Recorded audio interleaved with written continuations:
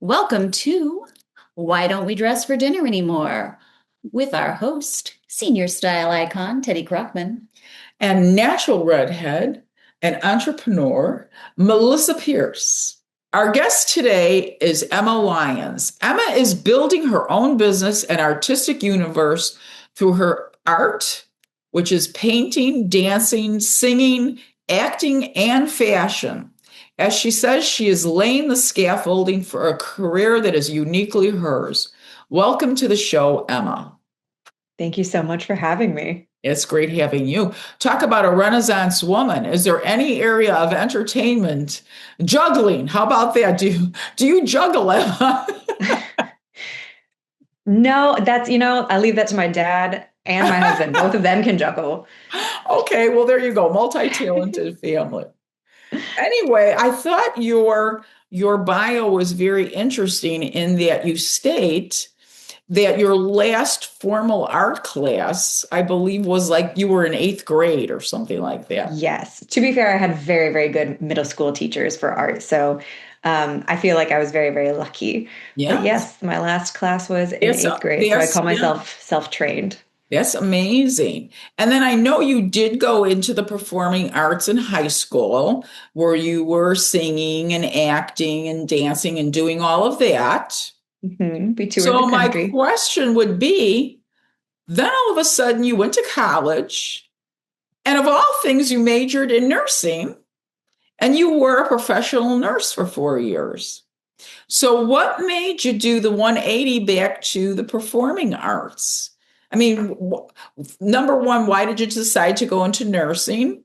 And then what made you decide to go back into the performing arts? Because I think that's so interesting that you would just go into a completely, I mean, I guess you would consider nursing an art, a medical art, but it's not what we think of as art.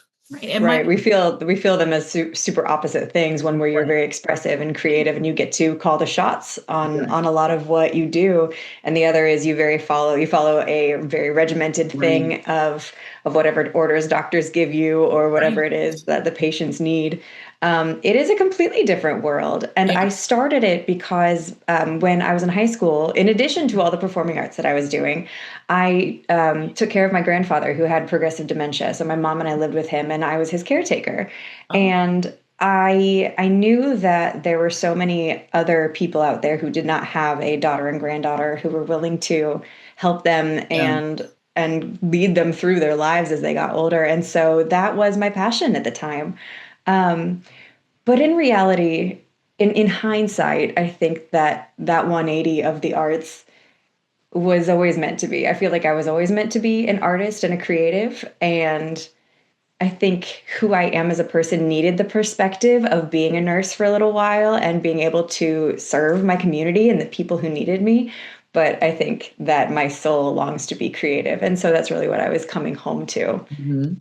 Now, have you been able to sustain a living through your artwork, or do you have what we ask many of our guests? Do you have a day job?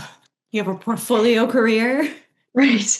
I am lucky enough to say that I am a full-time artist. What I do is paint all day long or sometimes teach painting. The nice thing about art is that it's got such a large umbrella. So I can do anything under that, which, like you said, is Mhm. dance, is fashion, is creating, is selling the paintings that I make in the studio, or maybe I do paint live. And that's another entirely separate thing, but it's still under that umbrella of Yeah. art. It's fabulous that you're able to make, you are one of the few people that we've had on the show as far as creatives who can actually make a living full time from your passion, which I think is fabulous because that's one of the things that Melissa and I are trying to focus a little bit more on is that it is difficult for people who are creatives in Chicago to make a full-time living at it. You know, they either have to It's, go to New yeah. York or LA. So it's fabulous that you're able to eke out a career. You know, I know I've been Thank to many of you. your art shows. The art sells, I can see it, you know. Right. It doesn't Thank even you. sound like eke out. It sounds like thriving. And I am very, very fortunate. Yes. I'm aware that it takes about half of my work to create the work, and the other half of my day is selling my work, whether Yeah. that is doing marketing or getting into shows or just bragging about myself, because who's going to brag about me if I don't? Exactly. Oh, that's a really interesting point that a lot of people, I think, get stuck in that point. They don't know how to market themselves, or they feel like that part is the dirty part. But even in the way that you said it, it's just like, who's going to brag about me if I don't? I will. I believe in I believe in myself so much. My vision is so clear, of course. That's what I got from you, and I think that's kind of lovely. Thank you. I do want to come back to something you said. You said making live or painting live. What is that? Yes. Yes. There are a couple ways I can do it. Like I said, big umbrella of art. So one option that Teddi has seen is I dance paint onto the canvas. What? So I was a dancer. Yeah, I was a dancer before I was anything else. I was dancing at age 2 or 3. And so I've always had that lens, that perspective from my life where I hear music and I'm immediately picturing choreography, because that's just how my body was trained all the way from growing up. And so whenever I hear music, I see dance in my head. And so when I started during COVID, when I completely switched from performing arts because everything was closed to art, where I could do an entire painting from beginning to end, have it be done, not have to collaborate to make it happen because we didn't have anyone to collaborate with. I had this new career of art, but I didn't want to leave my dance behind. So I like to be a little bit of a rebel, like a very subtle rebel. And so I was like, well, what if we just merge them? Because I like blurring lines. I like blending creativity, because I've always done the blending creativity by being a triple threat. So I was like, well, what's one more? What's one more? Let me What's just one more threat? what's one more? So let me throw this this painting, instead of being on an easel, flat on the floor where I can dance on it. And I create that painting through my dance, through what music I'm listening to. And that also creates an entirely danced fashion piece that I have painted by the end of the song. Yeah, well, and I'll get up briefly if I don't wreck everything. If all of you are curious, what is this that Teddi has on? That I added the little vest piece, but this That looks outfit, great on you. if this outfit was actually created by Emma while she was dancing. This was completely blank. She was dancing on a canvas. She grabs paint with her hands and puts it on the canvas and then dances all over the canvas.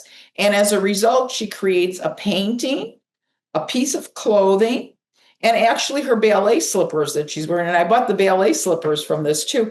And I believe the song that you were dancing to for this was Landmines. Yes, Landmines by Belle Saint. It's a very emotional piece. I started crying in the middle of the performance. It's a very acting heavy one for me, but I love that song so much. So I asked, your tears are in this fabric. Yes. Yes. Very natural. Yeah. Don't worry. I washed it, Teddi. Is this this piece of clothing was on the canvas? It's somehow affixed to the canvas? No, it's on her body. I'm wearing it. You're wearing it. Yeah. Correct. It's a two-piece. This top is a bodysuit, and then the pants. And Emma had it on blank. It was totally blank. And then she literally dances over the canvas with paint, and her body touches the canvas as she's dancing, and she creates the look. So she's actually creating fashion while she's creating a painting. Oh, this is extremely personal. Yeah, and it was beautiful. I went to a one very of her emotional shows. piece. Yeah, Thank you. Yes. One of her shows where she actually did a performance like that, where she was dancing on the canvas and she just grabs the paint. She's standing she's like in this bent position, I remember, and I'm thinking, boy, that girl has stamina, because you were waiting for them to get the music on, remember? And she just dances and moves beautifully, and she creates clothing. So that's one of the, and I actually wore this to the stylist symposium, and I cannot tell you how many people came up to me and asked me where I got this. When you first, it's one of a kind. First told me about this, I really did not understand how unique Yes. Like just, So this is painted with her entire body. I mean, it sounds like it's painted with her entire soul. Yes, it is. Thank you. I feel like it is. Yeah. Wow. I like being able to cross off all the arts because every piece is danced. Every piece ends up with an artwork that people can see after the fact. Everyone can see the painting on my outfit, which then becomes someone else's outfit, and then we film it. So even if they're not at the event, they can see it afterward and see that painting come to life. And right, because you do have this on YouTube, I think, the landmine. I do. Yes, I do. Yeah, it is so powerful. It's such I feel like it frees me up to say I don't have to fit in a box because no one should have to fit in a box. And so I think this encourages other people to say, well, what are all of my skills? And can I bring them together in a way that no one else could do? Because that's the beauty of being human. Yeah. Right.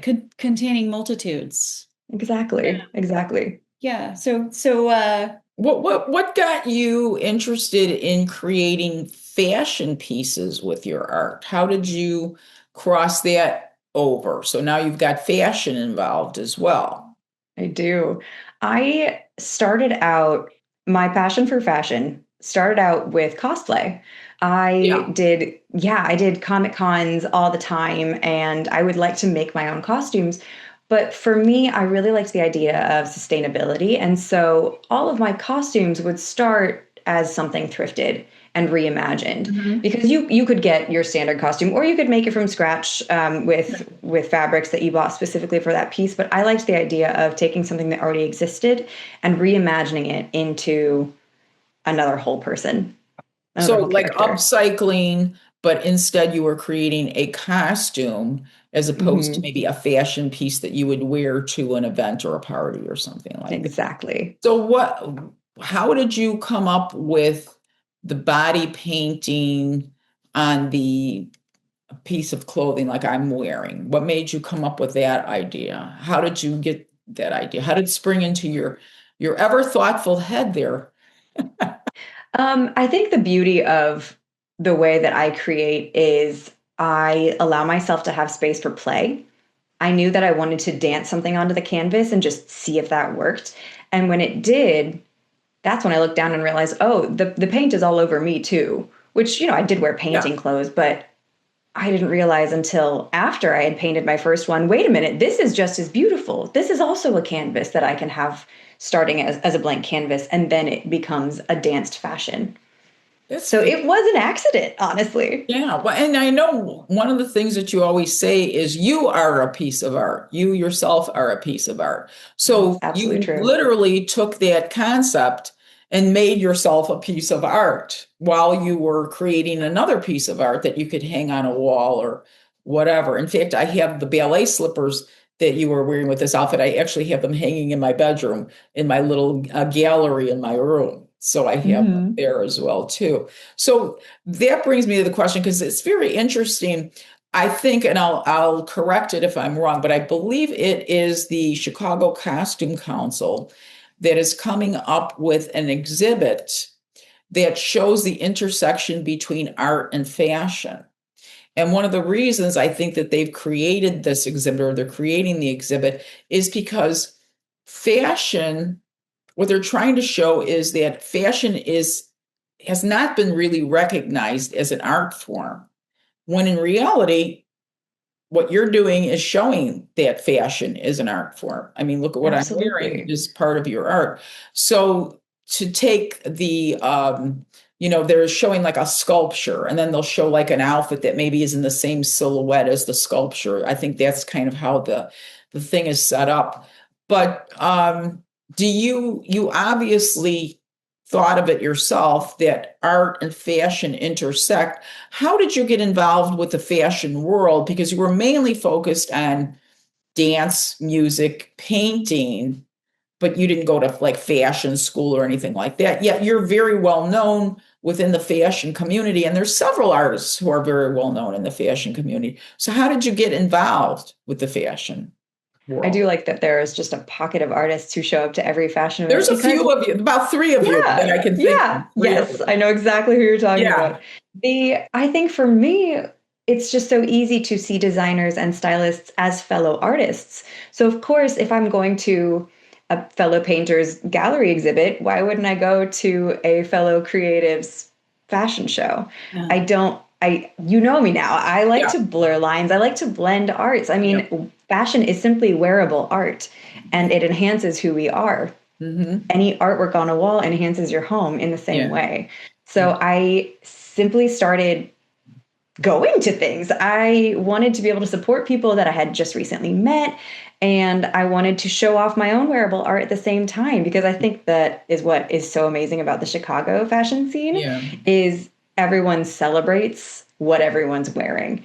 And it doesn't feel selfish. It doesn't feel like, oh, I need to one up somebody. We're all so inclusive and so encouraging. And so it was really easy to love everyone in the community. And then get to show off and proudly say, look at what I made. And then learn from that experience. Say, like, this one was really striking to people. This one, people just liked it. Okay. This one, everyone loved. I'm going to make more of this, just like any other art gallery. Right. Oh, I'm thinking about this. I'm thinking about Ray Jeremiah's costume at, oh gosh, what was the silver one with the big silver hat? Oh, that was the very first fashion show I went to. And I'm thinking about, and I'm thinking about, In Between Branches, everything that he makes. Oh, Jordan. Jordan. Everything that he makes is just wearable art. And then I was thinking about actually this concept that we use when we talk about artists' works. We call them a body of art,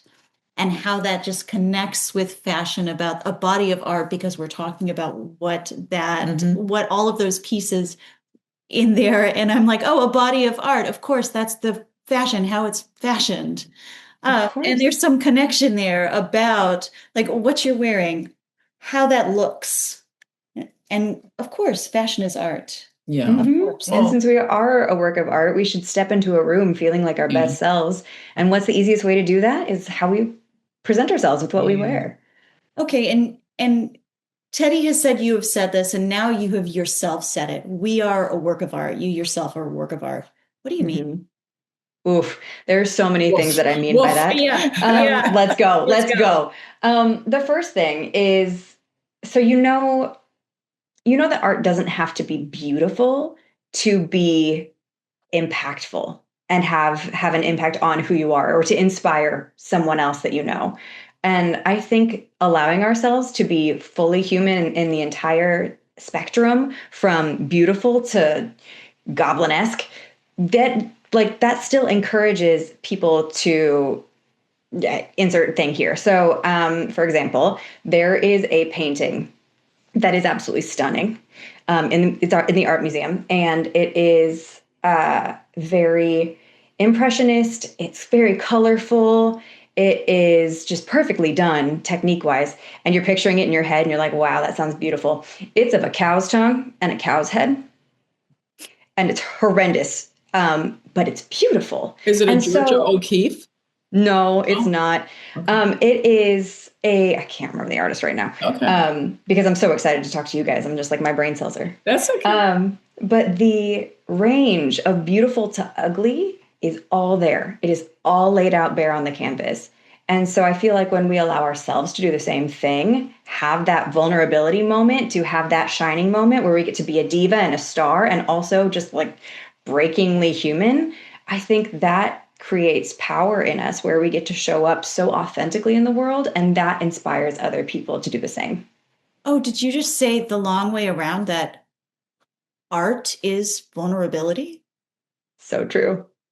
Yeah, I would think any creative art is you're showing yourself, and you're, again, like we talked about in our previous episode, you're going to be judged on that.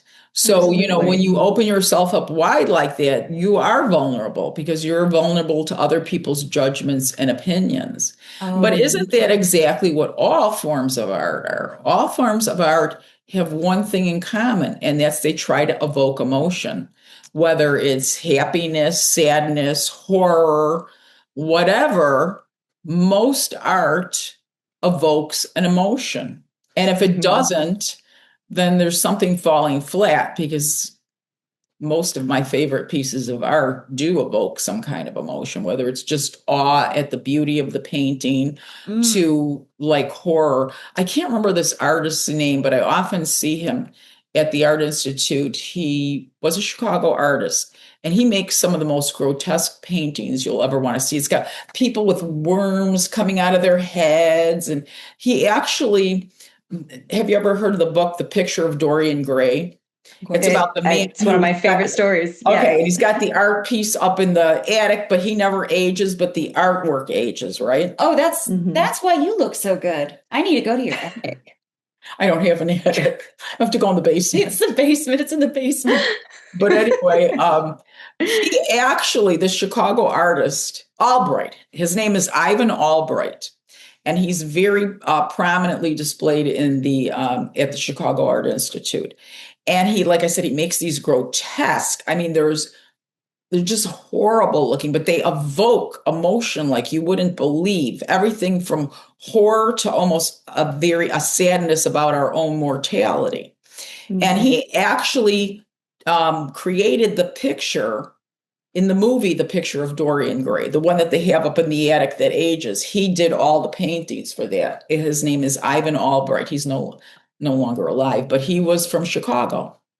And you want to talk about evoking emotion, go and look at Ivan Albright's work, and it's very evocative, very much so. You know what? The last piece that evoked a strong emotion for me is actually at the MCA right now, because there's a Yoko Ono show up. Oh, Yoko, yeah. Yeah, the Yoko Ono show is up, and it's the strangest piece to evoke emotion because it was an invitation to an art show, and it is just words. It is just an invitation. It's just words, and it looks like nonsense, and it was the most beautiful thing I had ever seen. Huh. It's funny, yeah. Everybody has different responses to it. Right? It was just laid out. So it was just the format of the words. It just broke me. Huh. There's something to be said about that creativity. And it's so interesting that you mentioned everyone has a different response, Teddy, because that's another part about why I say you are a work of art, because everyone's going to have a different response to you.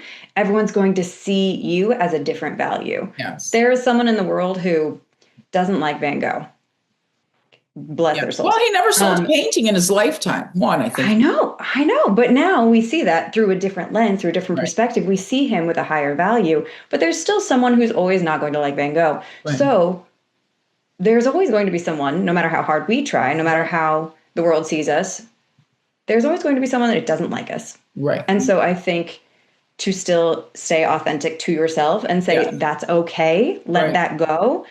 That's another way that we can be works of art, is be so true to ourselves, despite the fact knowing that someone's not going to like us. Yeah.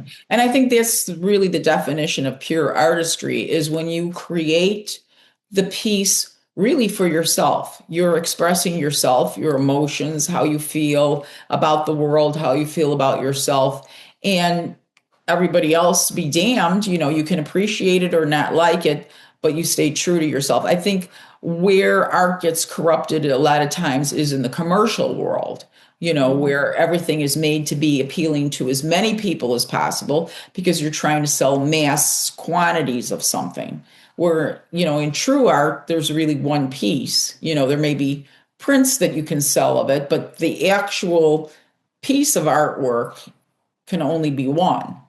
You're not making massive things. Of course, I should say there's been exceptions, and he was accused a lot of commercialism, as Salvador Dali, who would make 1,000 prints of his original print, and so he became very commercialized during his lifetime. You think about Andy Warhol and all of the work. But Andy Warhol was a graphic artist, so he was in the commercial. All of the work around, the commercialization that spoke to that, et cetera, et cetera. There's all kinds of art. So yeah, I think my favorite quote by Warhol himself is art is what you can get away with. Yeah. I'm also a big fan of finding ways as an artist to be successful. If you can't, as a fine artist, get into a gallery if that's what you want, get into shows if that's what you want, be able to do live art. If you're not getting hired, then make ways for yourself to be marketable, because then what ends up happening is that you get that money back, and then that time that you spent instead of doing a day job is now devoted to your studio. Yeah. So I don't think there's any shame in having commercial work, as long as you do always have that pocket for creating what it is you really want to create, because that's where the true beauty, I think, comes into reality and right. into the art world. And that's what the point I was trying to make is there is a difference between fine art and commercial art.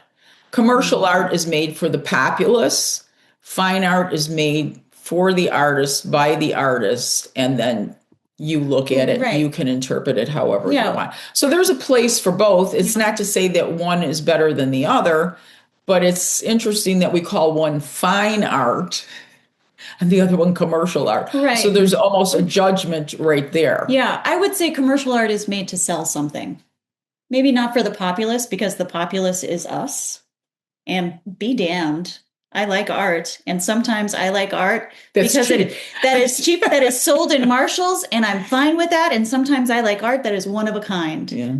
But, commercial art is sold to make money for a bigger corporation. Well, like my artwork in my kitchen here. Fine. This looks very, what's his name? Franz. I can never remember that guy who does all the black and white stripe. Franz, I can't remember. Franz Fibra. No, but that's just a ripoff of Franz. I actually have one piece of fine art in my house besides my husband's art. Well, my husband's a very good artist, Emma. I don't know if I ever told you that. But he told me. He was in several professional art shows and things. Yeah. But I do have one piece of fine art in my house, and it is actually from Salvador Dali. There we go. And it was one of his prints, but it was actually signed by him in pencil. Nice. And the funny thing about it is the reason I bought it, I remember, is because he made a series of Chicago museums, prints of Chicago museums. So he did the Art Institute, he did the Science and Industry Museum, he did the Planetarium, and I think he did the Shed Aquarium. And I bought the one that's the Art Institute, right? But when he signed it, he wrote in French that it was the Science Museum. So it's incorrectly signed. Or it is correctly signed by Salvador Dali. Maybe that was him making a statement. That was a statement. So he called it the Science Museum. I want to bring this back to fashion now. Because we got to bring it back. That's my job. Oh, is that your job? That's my job I don't know today. what my job is. Our job is to be on a tangent, Teddi. Tangent. Oh, tangent Teddi. That's it. Your job is to be entertaining and scintillating. Okay. My job is to do this part. Okay. I wanted to make a through line because you talked about art being vulnerable and people being art and fashion being art. And Teddi and I have been on this tear about why we don't dress for dinner anymore. In our last Buddy episode, we had made this connection that people don't dress up because they don't want to be observed, because they don't want to be judged. Because we have been living such manicured lives online that to be seen is to be discovered as being containing multitudes, as being vulnerable. And now I am seeing that we don't want to be works of art anymore. Fashion is a work of art because a work of art is vulnerable. Right. We have opened ourselves up to criticism, but that's where we left it. Why we don't dress for dinner anymore is because dressing fashionably opens you up to criticism. And if fashion is art and art is vulnerability, then we don't dress for dinner anymore, not because we're open to critique, but because we are open to vulnerability, because we're afraid to be art. We are afraid to be authentic. The fear is not just criticism. The fear is being discovered as whole. Yeah, or being vulnerable. Being vulnerable. Yeah, exactly. Well, you made your point. Right. In this fashion. Right. You made your point in this fashion. Ours are, we're art, everybody's art. Well, no, that wasn't my point. That was this brilliant lady's point. That's true. Well, that was Emma's point. I mean, I like that you really tied it back, because I found myself nodding my head in agreement with everything you were saying. It makes so much sense. when you ask me that question of like, what, are we doomed to live in athleisure? Okay, I have two answers. I have two answers for that. My first knee-jerk response is, don't you know that champagne tastes better when you're in an evening gown? I do. Right. I mean, come on. I don't think most people know that now. They do now. They better. But my second response, I mean, it's such a good question of where is the world fashion wise? Where are we heading? And I'm actually going to bring it back to my nursing really quick, because when I was in nursing school, any kind of multiple choice question that either had always or never in it was always immediately discounted as wrong. Because humans, whether medically or aesthetically, are never just one thing. We always need to have that range and that vulnerability in every single thing that we do. So I do think that there is always a place for rest, for taking in the world, for not being on display, or if you are on display, knowing that even in your scrubs, you are still loved by someone, that you don't always need to be showing up for them. That being said, when you do show up, you end up showing up for yourself. Because when I walk into a room and I'm feeling fabulous, my energy changes. Yeah. And if I'm going to go out, I'm going to go all out because I want to do that favor for myself. But do you think, Emma, that most people, I mean, just we observe, the casualization of our society and the constant wearing of, comfy clothes, athleisure wear, something that's stretchy, something that's comfortable to be in. Do you see that that's going to be changing in the near future when you look around you, besides the fashion events that we attend, of course, because it's a fashion event, everybody is fashion conscious and it's like a whole different universe there. But I'm talking about the general population. Do you see them starting to want to dress up more, or do you think that we're going to be stuck in this perpetual level of comfort where, and I'm not talking about when you're in your house, we all dress casually when we're at home or you're working on something or whatever, but going out to dinner, going to a wedding, even weddings, I've seen people that don't look like they're at a wedding. Do you see that changing in the near future, or do you think that we're stuck in a perpetual cycle of comfort and athleisure wear? I hope not. And I think it's our job as creatives and artists to inspire people to want to see themselves in a more creative way and a more vulnerable way. Because I'll be honest, if you show up in something loud and colorful, which I'm here for that, you're going to be critiqued, sure. But if you show up in athleisure to something where it feels like it should be a little more dressed up than that, you're also going to be critiqued. So no matter what, when you walk into a room, you're going to be critiqued either way. When you show up, you're going to be critiqued. When you don't show up, you're going to be critiqued. So if you're going to be critiqued on anything, then you might as well be wearing what you like and be wearing what makes you feel good about yourself, because that's really who we're dressing up for in the first place. Yeah. Well, and it should be. It should be just dressing for yourself. Yeah.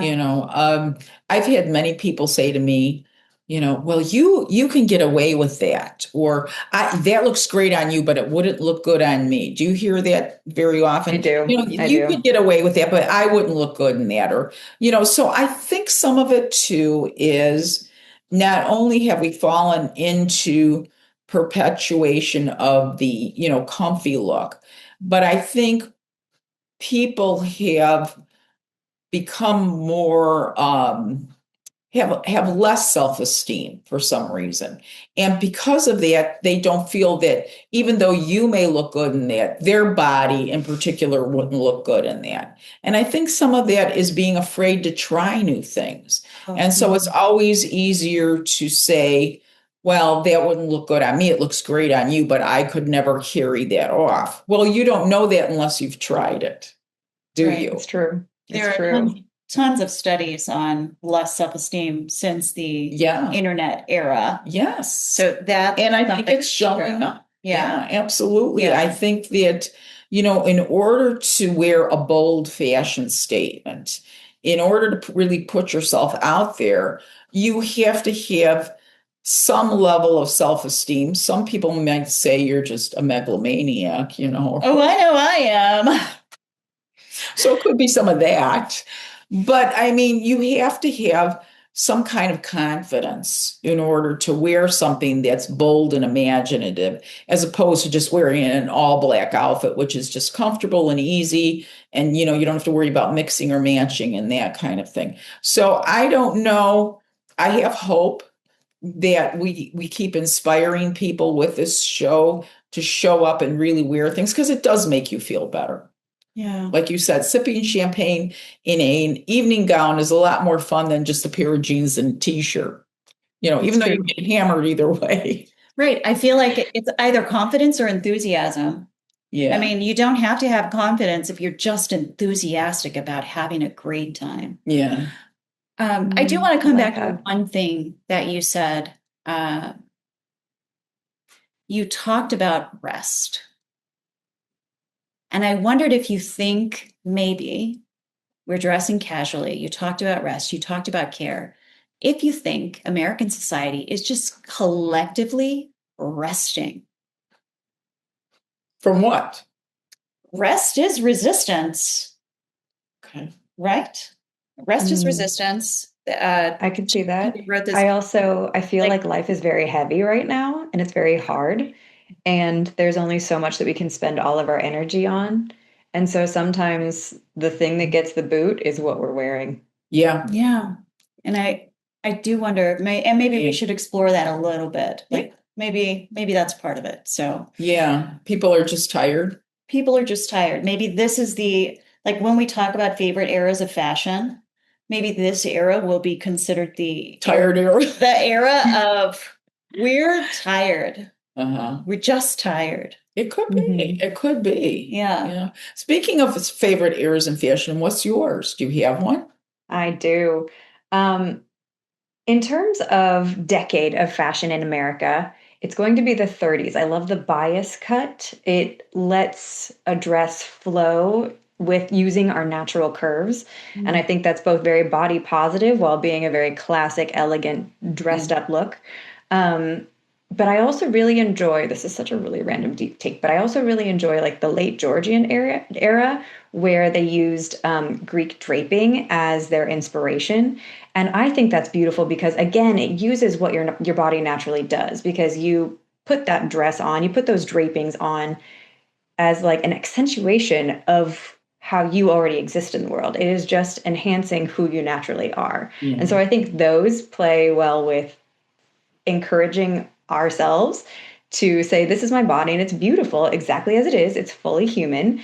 It may have things that your current socialization says is ugly, but this is who I am. Right. And I think that something that is allowing for that space is my favorite. I love the shape of corsets, but the idea that you have to be a specific size, you have to be a specific shape, it just doesn't sit well with me in the long run. Will I wear a corset all day, every day? They're not good to eat in. Those are not good eating clothes. not good eating clothes. Or are they great eating clothes because they keep you, you feel sick, but they keep you nice and shaped. So it depends on what your appetite. It depends on what your focus is. Yeah. They're also very not easy to sing in. You have to dig really deep and like that's right. Diaphragm. Yeah, it's really, really cinched. But or something like even your that new style in the 40s, which I loved. It had like that very cinched waist and then a little bit of a peplum moment. But again, it's you have to be this shape, you have to be this size. Right. And I feel like restricting ourselves, that's just going to be another thing that makes us tired in the long run. Like maybe we're doing the athleisure because we're burnt out from feeling like we have to be a specific shape and size. Yeah, and instead of that, why don't we welcome styles that celebrate our bodies? Yeah. And that sounds like the perfect matchup for somebody, especially the Grecian drape stuff. The 30s stuff, I would disagree a little bit. Bias cut is beautiful, but when you look at it in a 30s movie, it's a movie star who's probably a size 2 or a 4. You're not going to see an older woman, which, is one of the things that I try to do on my Instagram page, is to show that just because you're mature doesn't mean that you can't wear certain clothes, but you do have to keep yourself in shape, because let's face it, if you're very overweight, you are not going to feel comfortable in a bias cut. It's going to hit you in quote unquote all the wrong places, unless that's what you want to show off. But I don't know many people who have that level of confidence. That's why I get you can get away with it, but I can't, because that's what I was feeling from you just now. You were like, well, you can get away with it, Emma, but I can't. Why? Because you're older? Right. I can get away with a lot of things. And I think a lot of older women can, they just don't try it. But the bias cut of the 30s, I think you do have to be rather slim, because it's not going to accentuate the areas that you really want to. However, the Grecian, draping stuff, that can go with the flow of anybody's body. So if you're a little bit on the heavier part, or you have the love handles, like I do, believe it or not, and I weigh 97 pounds. I'm tiny, but being an older woman, your skin starts to hang, and so right around my waist, I have like these little, love handles dangling there. So there's certain things that, I would shy away from at this point in my life as well, too. But I see the Grecian draping as being a great way to show off your body and being like a living work of art. So we're going to go from we're tired, rest is resistance, to go with the flow of Grecian draping. That's what we're bringing back. Grecian draping. I'm for it. I would love it. Let's do it. And it would be comfortable, because think about it. You're right. just we're really wearing a one-piece thing that you drape around your body however you want. Your next live painting performance, Grecian draping. We're going to make it happen. Perfect. Right. We're going from athleisure, which is lovely, to Grecian draping. Grecian draping. She's going to drape her whole body. Right. It's just. Yeah. And then we're going to wrap it around. But I mean, it really, when you think about it, really, that type of clothing is the most adaptable to any body type. Because there are certain things that just certain body types just aren't going to be comfortable in. You can get a heavier body in a corset. But, are you going to be comfortable in it? Is anybody going to be comfortable in a corset? Well, right. I mean, I have several, but. Yeah, there's stuff. But you wear them. Yeah, well, I love them. They're fun. You do wear them. They're certainly fun.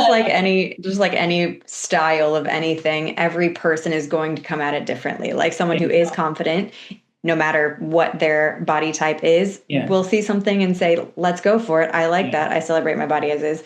Someone else is going to say, I'm less confident. I'm not going to wear that. That's not for me. Right. And all those are the correct answer, because if it makes you feel uncomfortable, don't wear it. Like, I don't promote that. Absolutely not. Like, I want you feeling your best. Exactly. So like anyone wearing a corset, no matter their body type, if they like corsets, wearing the corsets is the right answer. Go for it. Exactly. Is there a world in your triple threat idea of the world where you mix nursing back in? She's gonna be taking somebody's temperature while she's painting. Challenge accepted. I know. I don't know. So mental health is a big part of health for me. And what I like my art to be is colorful, whimsical, and encouraging. And I think that encouragement, a lot of my paintings are about topics of healing. Like this one behind me is called Out of a Broken Heart, where flowers are out of a broken heart from what used to be a statue is now an open vase. It's about healing. So I think regardless of whether you would call it medical nursing or anything in that industry, all my work is about healing. It's about promoting vulnerability. It's about healing from situations we've been in. It's about allowing ourselves to step out of our box. And I think that is under the umbrella of healing, which I think it is nursing coming back together, just with a completely different vibe. Sounds like you didn't make a 180 at all. You just grew. Yeah, well, I like that. I mean, I come from a mental health background. I was a director of a mental health department in a hospital, and we had plenty of nurses working in our department. It's interesting that mental health, like our heads, have been treated like they're not part of our body. Mm-hmm. that it's separate, that this part from here down is medical, from here up is considered quote unquote mental.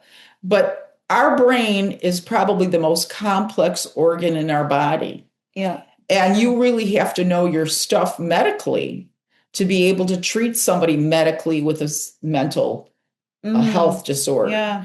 And so, one of the things that, you hear mind, body, healing, all that kind of stuff. This is all one thing. Your head is I like to look at it in a holistic way. Your head is actually part of your body. It's body. Body. Doctors who are psychiatrists are medical doctors. They're trained medically. Yeah. So, I think it's interesting that you say, of course you were a nurse, and nursing is part of every medical profession, including psychiatry. So we have plenty of psychiatric nurses. So yes, of course, nursing is part of healing, and it's certainly part of your art, because the piece of art that you have in back of you, you're talking about a broken heart healing, and that's part of a mental function. It was quadruple threat all along. Yeah.